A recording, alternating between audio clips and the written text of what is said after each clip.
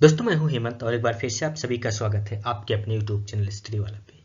आज हम बात करेंगे क्लास 10th हिंदी के क्षितिज जो कि दूसरा भाग है में पाठ 2 है जो कि धनुष भंग से है, जिसमें कि तुलसीदास जी ने लक्ष्मण और परशुराम संवाद के बारे में लिखा हुआ है।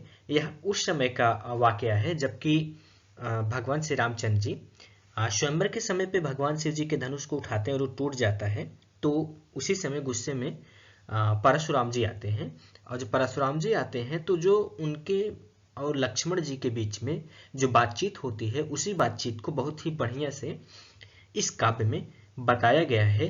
तो देरी न करते हुए इसको चलिए पढ़ते हैं और हर एक लाइन के अर्थ और भावार्थ को समझते हैं, और साथ ही साथ में ये जानते हैं कि इसको किस तरीके से हम व्याख्या करेंगे, एग्जाम में किस तरीके से इसको लिखेंगे। आज हम सिर्फ इसके 2 पैराग्राफ को पढ़ेंगे और इस 2 पैराग्राफ का जो व्याख्या होगी जो कि नोट्स के फॉर्म में होगा, ये आपको चैनल पे मिल जाएगा। अभी के लिए सिर्फ इस लाइंस को देखते हैं और लाइंस में किस तरीके से हमको व्याख्या करनी है इसको देखते हैं।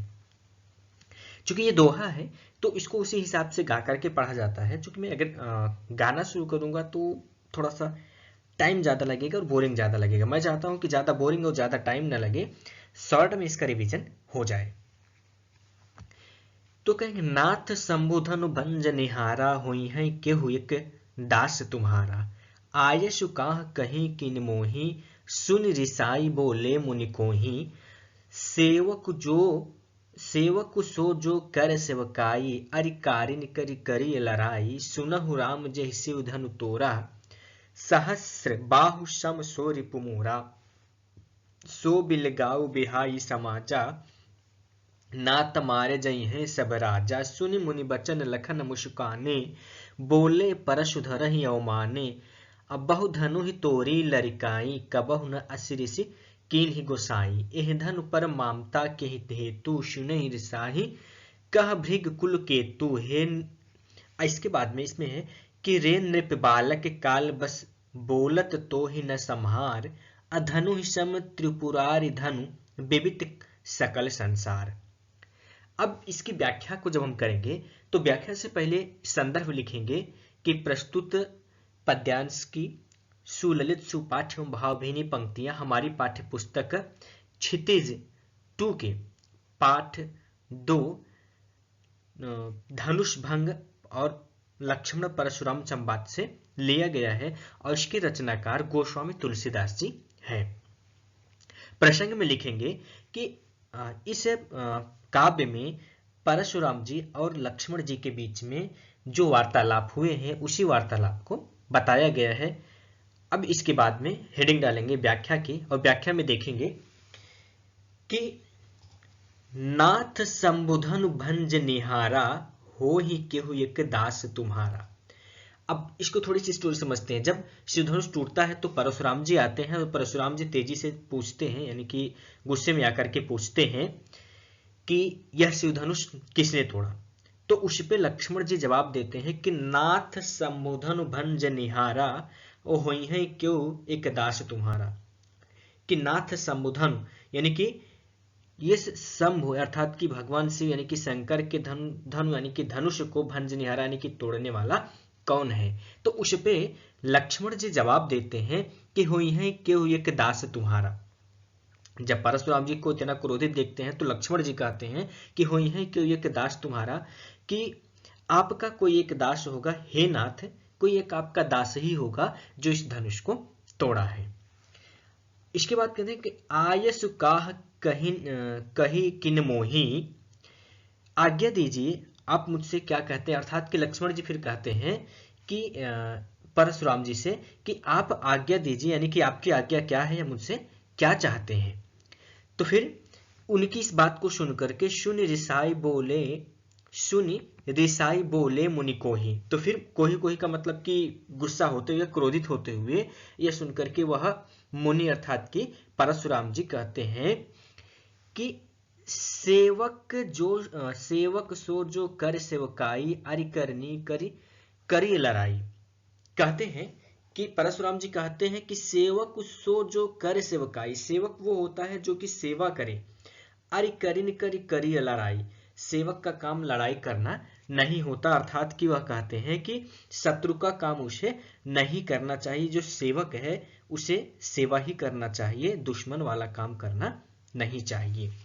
फिर आगे कहते हैं कि सुनहु राम जेहि शिवधनु तोड़ा, कहते हैं कि हे राम सुनो, जिसने भी शिव धनुष को तोड़ा है, सहस्त्र बाहु सम सो रिपु मोरा, सहस्त्र बाहु यानी कि जो एक राक्षस था, कहते कि सहस्त्र बाहु सम सो रिपु मोरा, वह उसी सहस्त्र बाहु के समान ही मेरा दुश्मन है।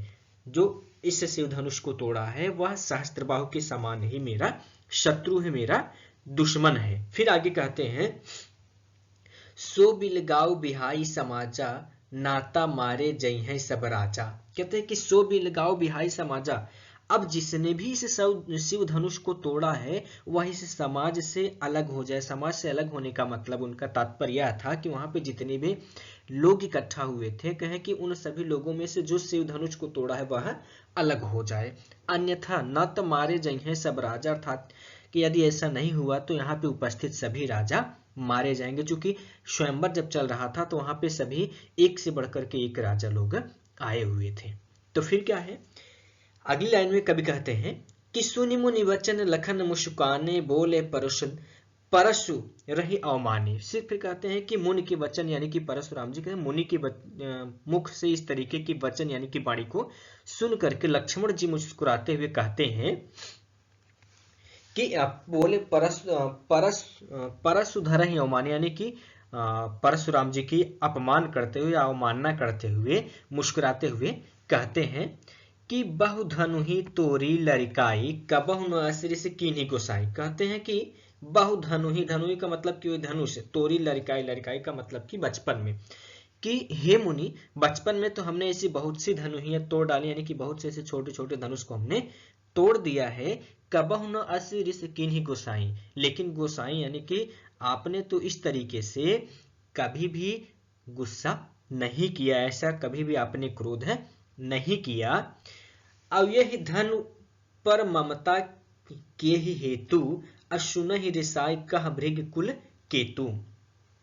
कहते हैं कि इसी धनुष पर इतनी आपकी ममता किस कारण है, ममता का मतलब कि आपका स्नेह है, इसी धनुष पर इतना क्यों है। सुन ही रिसाई कह भृग कुल केतु। फिर क्या है कि यही सुन करके भृगकुल यानी कि भृगु वंश के थे, जो कि भृगु वंश के ध्वजा रूप, यानी कि भृगुकुल केतु, केतु का मतलब होता है ध्वजा, भृगुकुल के ध्वजा के समान परशुराम जी क्रोधित होकर के कहने लगे। क्या कहते हैं कि रे नृप बालक काल बस बोलत तो ही न संहार, अधनु ही सम त्रिपुरारि धनु विवित सकल संसार। है कि अरे राजपुत्र, हे नृपालक यानी कि हे राजपुत्र, काल वश यानी कि समय के वश में होकर के, बोलत तो ही न संहार यानी कि तुझे बोलने में होश नहीं, यानी कि काल के बस में होकर भी तुझे बोलने में होश नहीं है।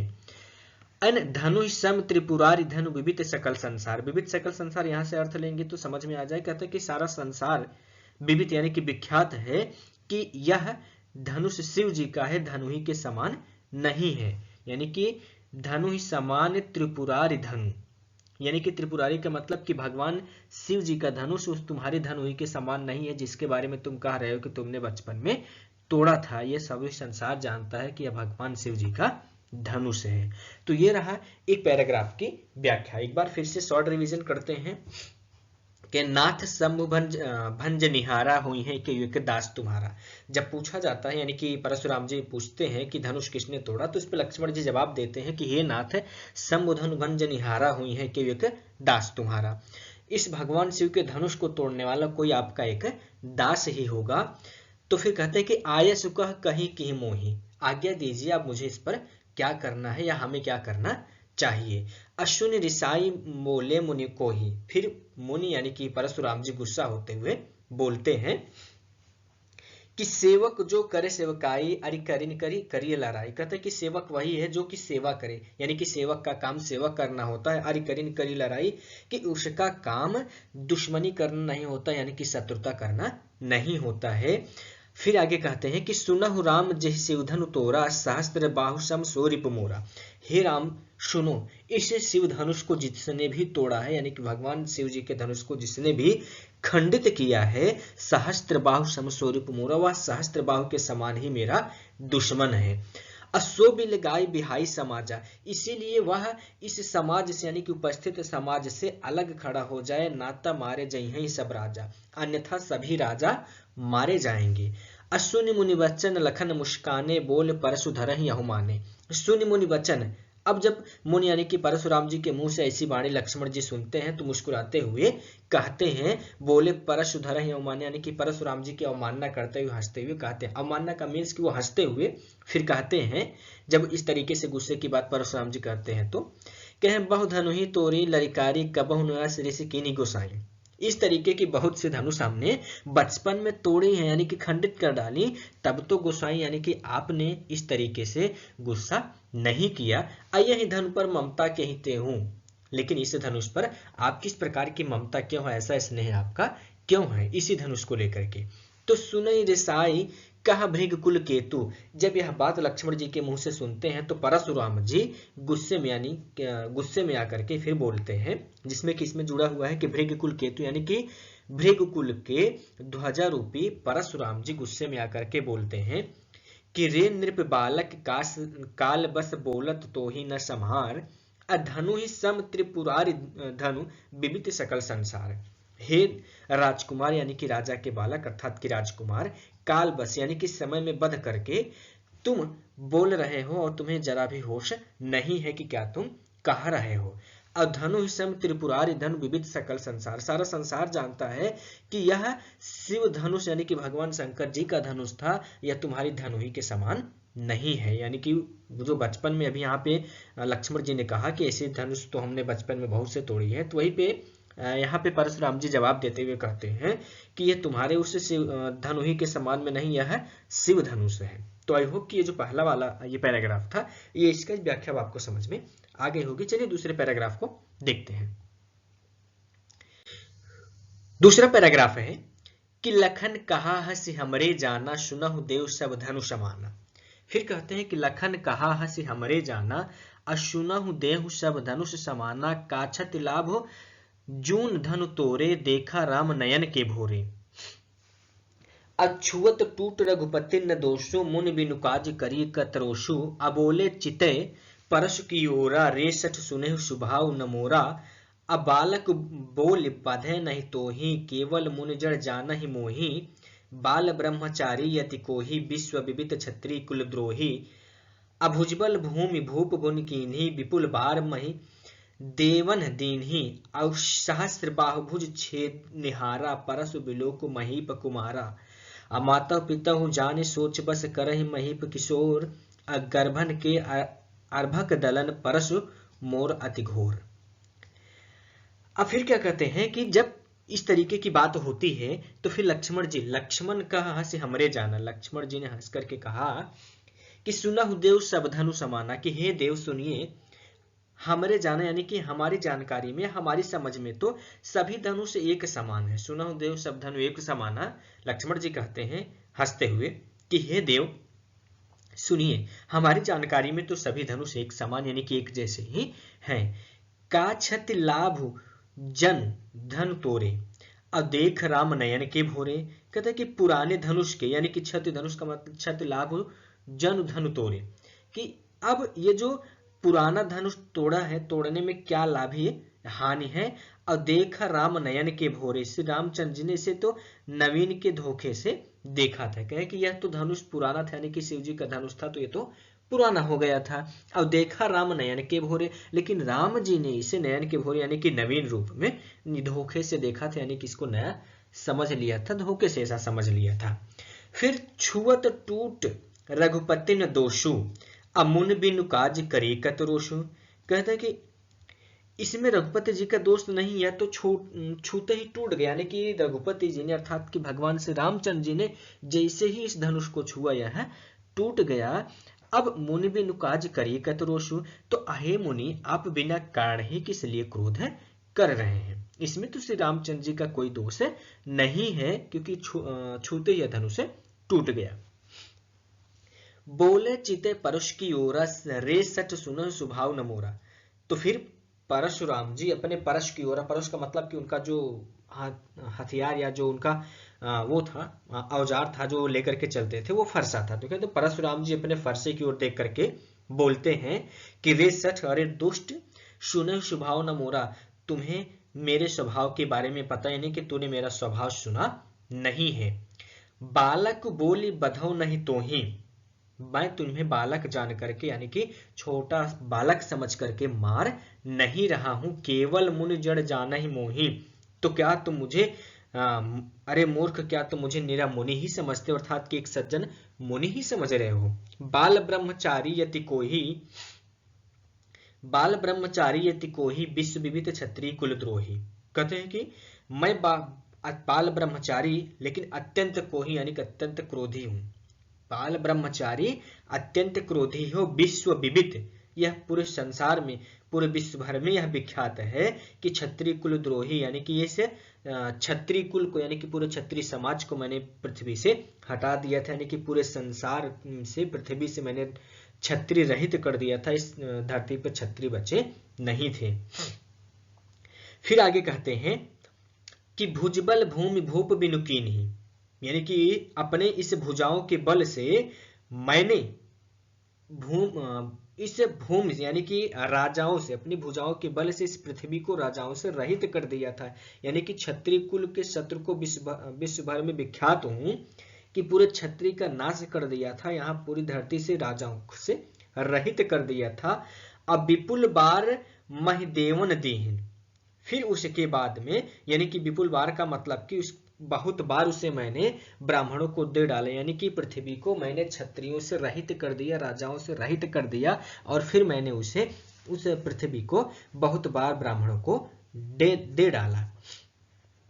सहस्त्र बाहु भुज छेद निहारा, सहस्त्र बाहु भुज छेद निहारा का मतलब कि हे राजकुमार यानी कि ये बालक, सहस्त्र बाहु यानी कि हजारों भुजाओं वाले उस राक्षस की भुजाओं को काटने वाले मेरे इस फरसे को देखा, यानी कि परशु विलोक महेप कुमारा, हे महेप कुमार यानी कि हे राजकुमार, हजारों भुजाओं यानी कि सहस्त्र बाहु की हजारों भुजाओं को काटने वाले क्या तुमने मेरे इस फरसे को नहीं देखा है। मात पिता ही जान सोच बस करहि मही से किशोर, कह कि फिर कहते हैं कि माता पिता वाले राजा के बालक तो अपने माता पिता के सोच के बस में न कर, अब गर्भन के अगर्भन दलन परस मोर अति घोर, कहते हैं कि मेरा यह फरसा बड़ा ही भयानक है, या गर्भ के बच्चे का भी नाश कर सकता है, यानी कि गर्भ में पल रहे बच्चे को भी मार सकता है, इसलिए तू जरा सा संभल करके रहना। तो ये था दूसरे पैराग्राफ का व्याख्या। एक बार फिर से रिवाइज कर लेते हैं कि लखन कहा हंस हमरे जाना, सुनहु देव सब धनु समाना। लखन यानी कि लक्ष्मण जी कहते हैं हंसते हुए कि हे देव सुनिए, हमारी जानकारी में, हमारी समझ में तो सभी धनुष एक जैसे ही होते हैं। का क्षति लाभ जन धनु तोरे, देखा राम नयन के भोरे, यानी कि एक पुराने धनुष के टूट जाने से क्या लाभ और हानि है, इसे तो भगवान श्री रामचंद्र जी ने नवीन स्वरूप धोखे में जान करके समझा था, यानी कि इसे धोखे से समझ लिया था कि यह नवीन है। नवीन का मतलब कि नया। अछुअत टूट रघुपति न दोषो, मुन बिनु काज करी कतरोसु, भगवान श्री रामचंद्र जी के छूटते ही, रघुपति के छूटते ही यह धनुष टूट गया, इसमें भगवान रामचंद्र जी का कोई दोष नहीं है। अमुन बिनु काज करी कतरोसु, तो हे मुनि आप बिना वजह यानी बिना बात के क्यों इतना गुस्सा कर रहे हैं। बोले चितय परश की ओरा, रे सठ सुनहु स्वभाव न मोरा।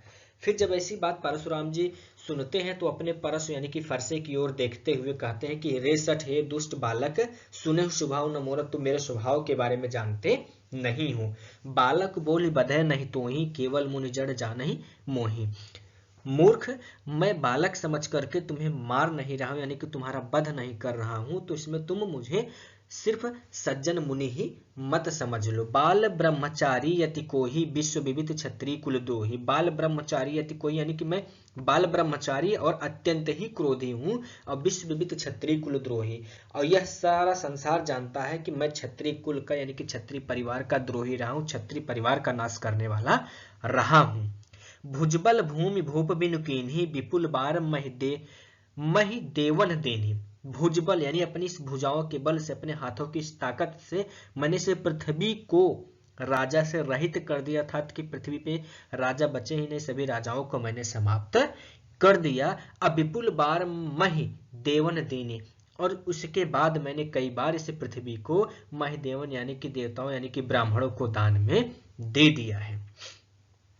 सहस्त्र बहुभुज छेद निहारा परशु बिलोक महेप कुमारा, हे महेप कुमार यानी कि हे राजकुमार, क्या तुम मेरे इस फरसे को नहीं देख रहे हो जिसने सहस्त्र बाहु की हजारों भुजाओं को काट डाला था।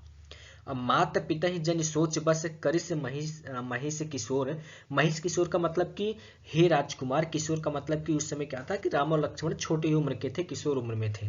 तो कहे कि हे या राजकुमार, माता पिता जन सोच बस, माता पिता की सोच में न पड़ो, यानी कि माता पिता की सोच का मतलब कि उनके जैसे मत सोचो, अभी तुम बालक हो।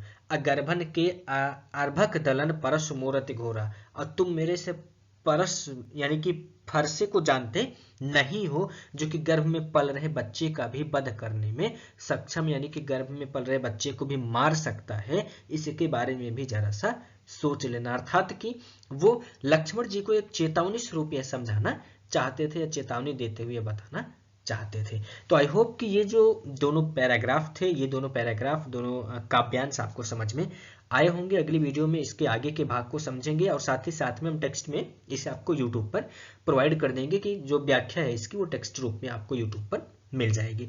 अगली क्लास में मिलेंगे, लेकिन एक निवेदन है कि अभी तक आपने चैनल को सब्सक्राइब नहीं किया हुआ है तो चैनल को सब्सक्राइब कर लीजिएगा, और हाँ, यदि वीडियो पसंद आई तो लाइक करना ना भूलिएगा, और एक रिक्वेस्ट है कि इसे अपने फ्रेंड्स के बीच में जरूर शेयर कीजिएगा। मिलेंगे अगली क्लास में, तब तक के लिए धन्यवाद।